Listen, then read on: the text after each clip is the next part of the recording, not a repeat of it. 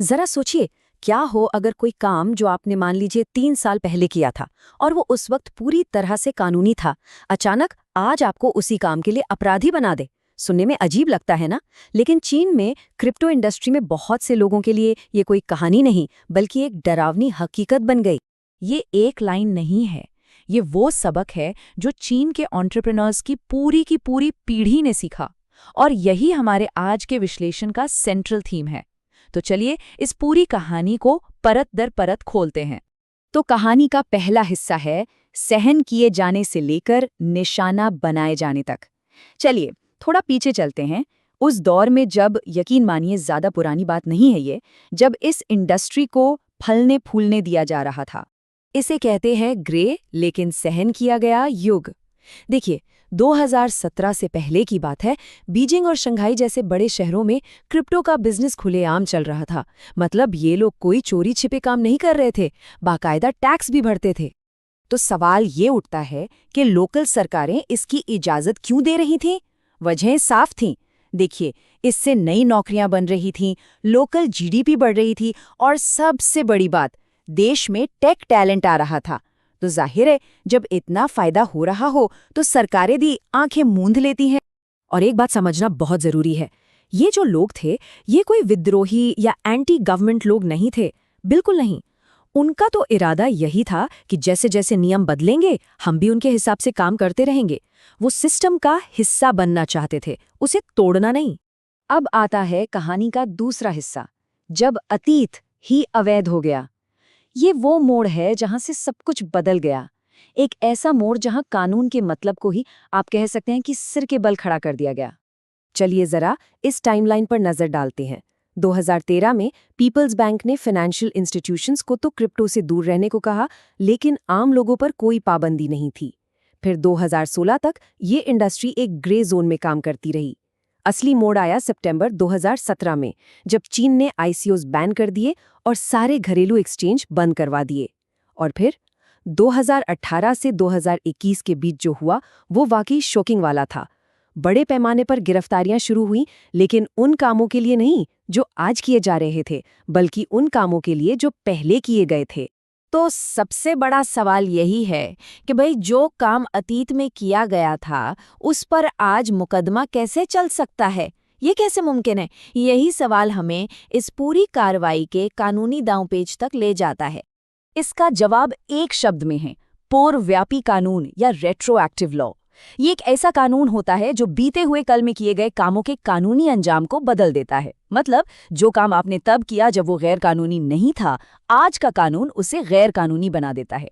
ये दुनिया के ज्यादातर मॉडर्न कानूनी व्यवस्थाओं में पूरी तरह से मना है। ये कानून के सबसे बुनियादी सिद्धांतों में से एक का उल्लंघन है। इस टेबल को देखिए, ये दिखाता है कि न्याय को कैसे उल्टा कर दिया गया। आमतौर पर कानून भविष्य में होने वाले गलत कामों को सजा देते हैं, लेकिन यहाँ नए नियमों ने अतीत के कामों को सजा दी। नॉर्मल केस में एक पीड़ित होना चाहिए, कोई इंसान या कंपनी। यहाँ पीड़ित कौन था? वित्तीय व्यवस्था, एक एब्स्ट्रैक्ट आइडिया। और जहाँ इरादा और नुकसान साबित करना होता है, यहाँ तो बस पुरानी ट्रांजैक्शन हिस्ट्री ही आपराधिक सबूत बन गई। अब आते हैं तीसरे हिस्से पर, एक पूर्वव्यापी अपराध की कीमत। यहाँ ये समझना बहुत जरूरी है कि इसका अंजाम सिर्फ जेल की सजा तक ही सीमित नहीं था। ये उससे कहीं ज्यादा, कहीं भयानक था। इसे एक सामाजिक नर्क कहा गया। सोचकर देखिए, आपकी सारी संपत्ति, वॉलेट, मुनाफा, बैंक खाते, सब कुछ जब्त कर लिया गया। आपका क्रिमिनल रिकॉर्ड बन गया। मतलब सरकारी नौकरी तो भूल ही जाइए। इसका असर आपके बच्चों की पढ़ाई और उनके भविष्य पर पड़ा। पूरे के पूरे परिवार को समाज ने बाहर निकाल दिया। और दुख की बात यह है कि आत्महत्या और तलाक के मामले भी सामने आए। ये सिर्फ जेल नहीं थी, ये एक तरह की सामाजिक मौत थी। और ये सजा सिर्फ एक इंसान तक नहीं रुकी, ये एक पीढ़ी से दूसरी पीढ़ी तक जाने वाली सजा थी। पहले तो जिस पे आरोप लगा उसे दोषी ठहराया गया और उसकी सारी संपत्ति छीन ली गई। फिर उसका करियर खत्म, सरकारी नौकरी से हमेशा के लिए ब्लैकलिस्ट।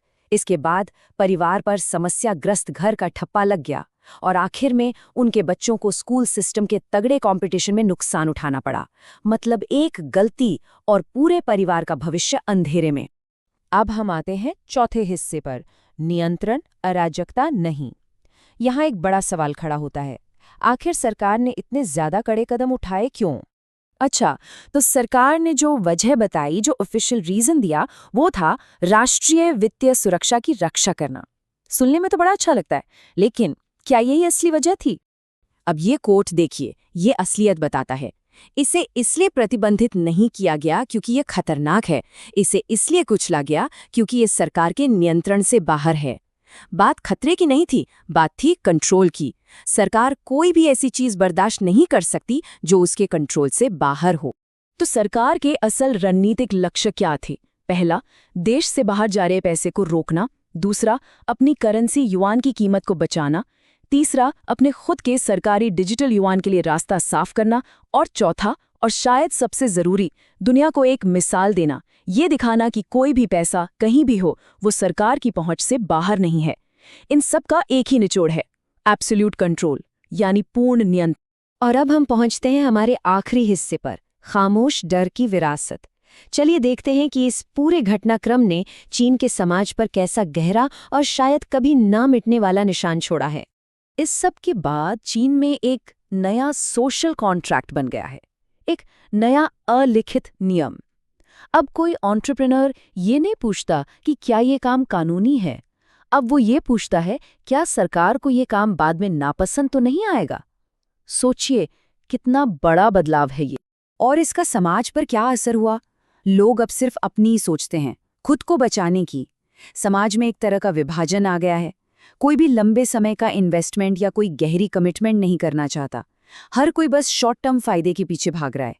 और सबसे बड़ी बात, कानून के राज पर से लोगों का भरोसा पूरी तरह उठ गया है।